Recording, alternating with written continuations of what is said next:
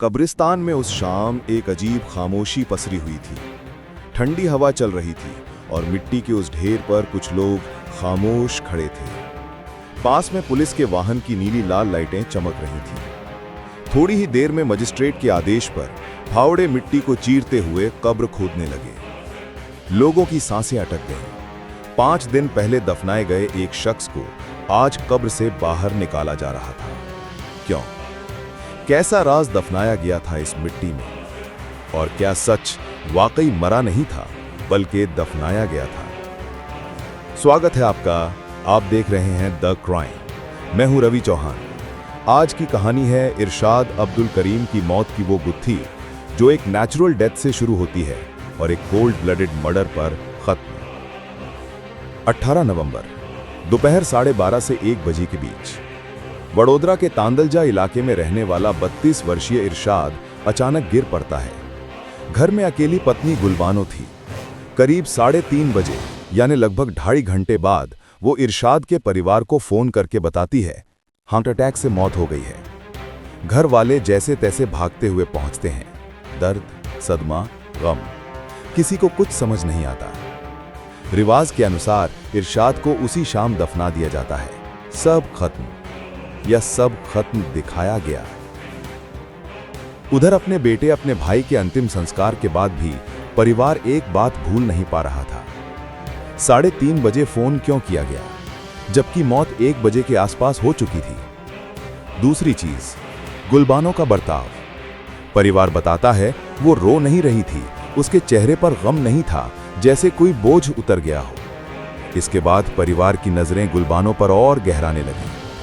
वो उसके phone calls पर ध्यान देने लगते हैं और तभी कहानी का पहला बड़ा मोड़ सामने आता है।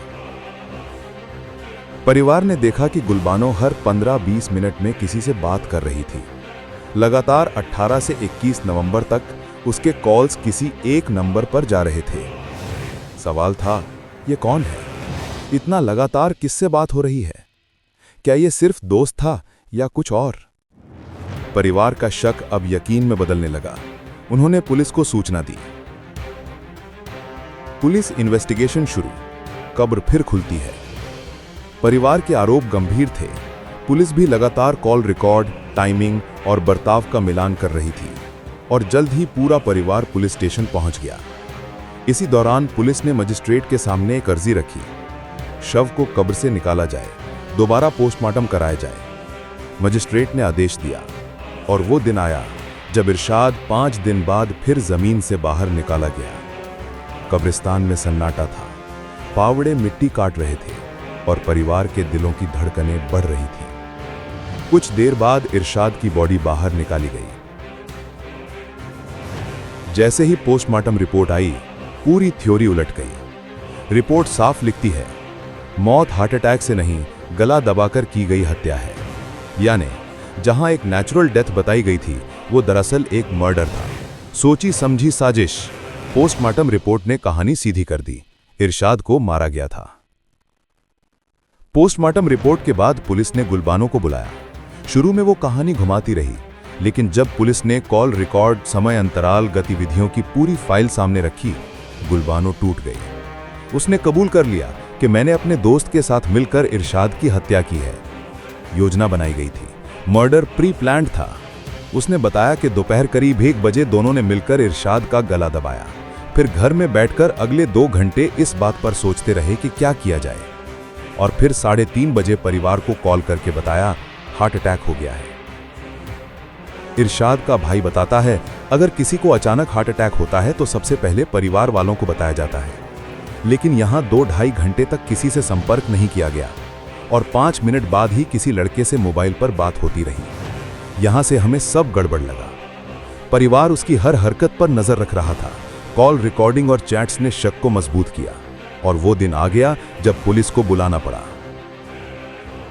पुलिस ने जांच की दिशा और गहरी की। गुलबानो के कॉल रिकॉर्ड में सामने आया जिस नंबर पर वो लगातार बात कर रही थी, वो उसी शख्स का था जिसे वो अपना दोस्त बताती थी। लेकिन हकीकत में वो एक बॉयफ्रेंड था। गुलबानो और उसका दोस्त दोनों मिलकर इरशाद को रास्ते से हटाना चाहते थे। इरशाद अपने काम में लगा रहता था। उसे शायद घर के भीतर चल रही इस साजिश का बिल्कुल अंदाजा नहीं था। उस दिन 18 नवंबर जब इरशाद घर में अकेला था, दोनों ने मिलकर उसकी जान ले ली। यही कहानी सबसे बड़ा सवाल खड़ा करती है। अगर परिवार ने फोन कॉल्स ना देखे होते, अगर उन्होंने पत्नी के बर्ताव को अनदेखा कर दिया होता, अगर उन्होंने समय का फर्क नोट नहीं किया होता, तो क्या होता?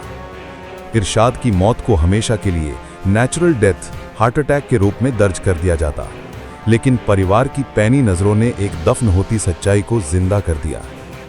पोस्टमार्टम ने सच्चाई का मुंह खोल दिया। इरशाद को मारा गया था और ये एक कोल्ड ब्लडेड मर्डर था।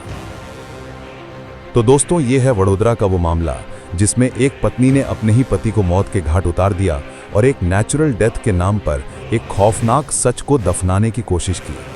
लेकिन सच कब्र से बाहर आ ही जाता है, बस किसी की नजरें जागी रहनी चाहिए।